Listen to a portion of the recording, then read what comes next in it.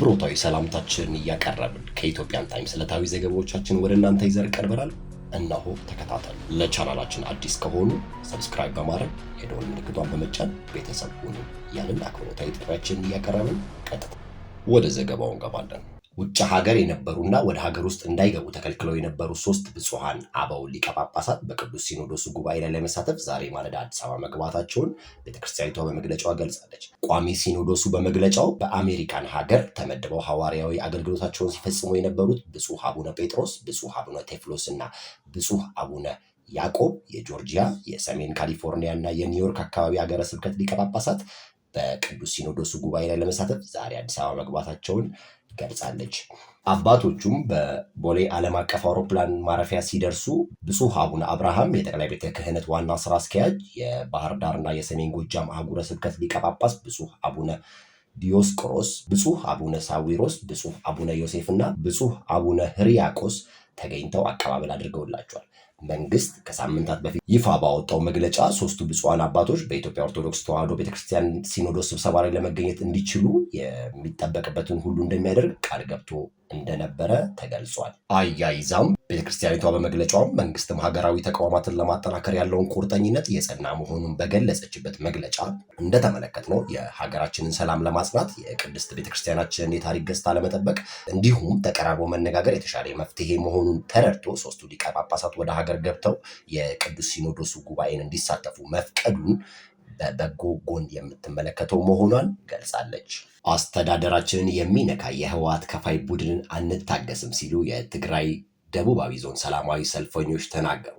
ሰልፈኞቹም ምርጫችን ሰላም ነው፣ ኋላ ቀር አስተሳሰብን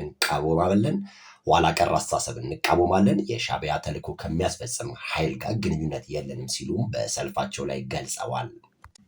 ትናንት ግንቦት 6 2017 ዓ.ም ከኢትዮጵያ የፖለቲካ ፓርቲዎች የተሰረዘው ህወሓት ሊቀመንበር ደብረጽዮን ገብረ ሚካኤል በባለፈው ሳምንት ወይን ለተባለው የድርጅታቸው ልሳን በሰጡት ቃል ድርጅታቸው በክልሉ ደቡባዊ ዞን የአመራር ማስተካከያ እንደሚያካሂድ ዝተው የነበረ ሲሆን በደቡባዊ ዞን ማይጨው ከተማ የደብረጽዮን ገብረ ሚካኤል ህወሓት ባለፈው ሳምንት የሰጠውን ጋዜጣዊ መግለጫ በመቃወም ነው ሰልፉ የተካሄደው። የዞኑ አስተዳደር በሚመራውና ባስተባበረው ዛሬ በተካሄደው ሰላማዊ ሰልፍ ላይ ሊቀመንበሩን መግለጫ ሙሉ በሙሉ በመቃወም ቡድኑ ያሰበውን ከመፈጸም እንዲቆጠብ የሚያስጠነቅቁ የቁጣ ድምፆች ተሰምተዋል ሲል ቲክቫ አስነብበዋል። በሰላማዊ ሰልፉ የተገኙ ዳግም ጦርነት እንዳይቀሰቀስ ስጋት ያደረባቸው እናቶች በመሐላና እንባ መሬት ላይ ተኝተው ሲማጸኑ ታይተዋል። በሰላማዊ ሰልፉ በመገኘት መልእክት ያስተላለፉት የማይጨው ከተማ ከንቲባ ዮሐንስ አዱኛ እና የዞኑ ዋና አስተዳዳሪ ሀፍቱ ኪሮስ ህዝቡ ሰላሙ እንዳይነጠቅ ከማንኛውም ጊዜ በላይ ንቁ መሆን አለበት ሲሉ መልእክታቸውን አስተላልፈዋል። በዘገባውም ቲክቫ እንዳረጋገጠው ሰልፉ ከትናንት የህወሓት ስረዛ ጋር ተያያዥነት የሌለው ቀድሞ የተያዘ ፕሮግራም እንደሆነ ማረጋገጥ ችያለውም ሲል ዘግቧል። ከሁሉም የህብረተሰብ ክፍሎች የተውጣጡ ተሳታፊዎች ያካሄዱትን ሰልፍ በሰላም ማጠናቀቃቸውን የመረጃ ምንጩ ጨምሮ ዘግቧል። እየጨመረ የመጣውን የትዳር መፍረስ ቁጥር ለመቀነስ ቅድመ ጋብቻ ስልጠና እየሰጠ መሆኑን የሴቶችና ማህበራዊ ጉዳይ ሚኒስቴር ገለጸ። ዛሬ በዓለም ለ32ኛ ጊዜ በኢትዮጵያ ደግሞ ለ3ኛ ጊዜ የሚከበረውን የቤተሰብ ቀንን አስመልክቶ ሚኒስቴር መስሪያ ቤቱ ባወጣው መግለጫ እየጨመረ የመጣውን የትዳር ፍቺ ቁጥር ለመቀነስ ባለትዳሮች ወደ ትዳር ከመግባታቸው በፊት እንዲሁም ወደ ትዳር ከገቡ በኋላና በትዳር ላይ ሆኖ የሚወስዱት ስልጠና በሴቶችና ማህበራዊ ሚኒስቴር እየተዘጋጀ መሆኑን የሴቶችና ማህበራዊ ጉዳይ ሚኒስትር ደኢታ ሁሪያ አሊ ገለጹ።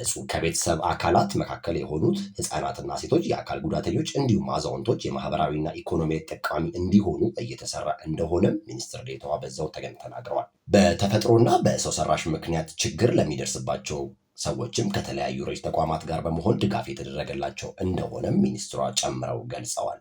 ይሁንና ድጋፉ የሚገባቸው እያሉ ያልተገባቸው ይወስዱ እንደነበር፣ ይህንም ለማስተካከል የማህበራዊ ጥበቃ ስርዓት ማዘጋጀታቸውንም ተናግረዋል። በኢትዮጵያ የፍቺ ቁጥር እያሻቀበ እንደመጣ የአዲስ አበባ ሲቪል ምዝገባና የመኖሪያ አገልግሎት ኤጀንሲ መግለጹ የሚታወቅ ነው። ኤጀንሲው በከተማችን ከ18,000 በላይ የፍቺ መዝገቦችን እንዳስተናገደ ዘንድሮ ባወጣው የ6 ወር አፈጻጸም ሪፖርት ላይ መመልከት ችለናል።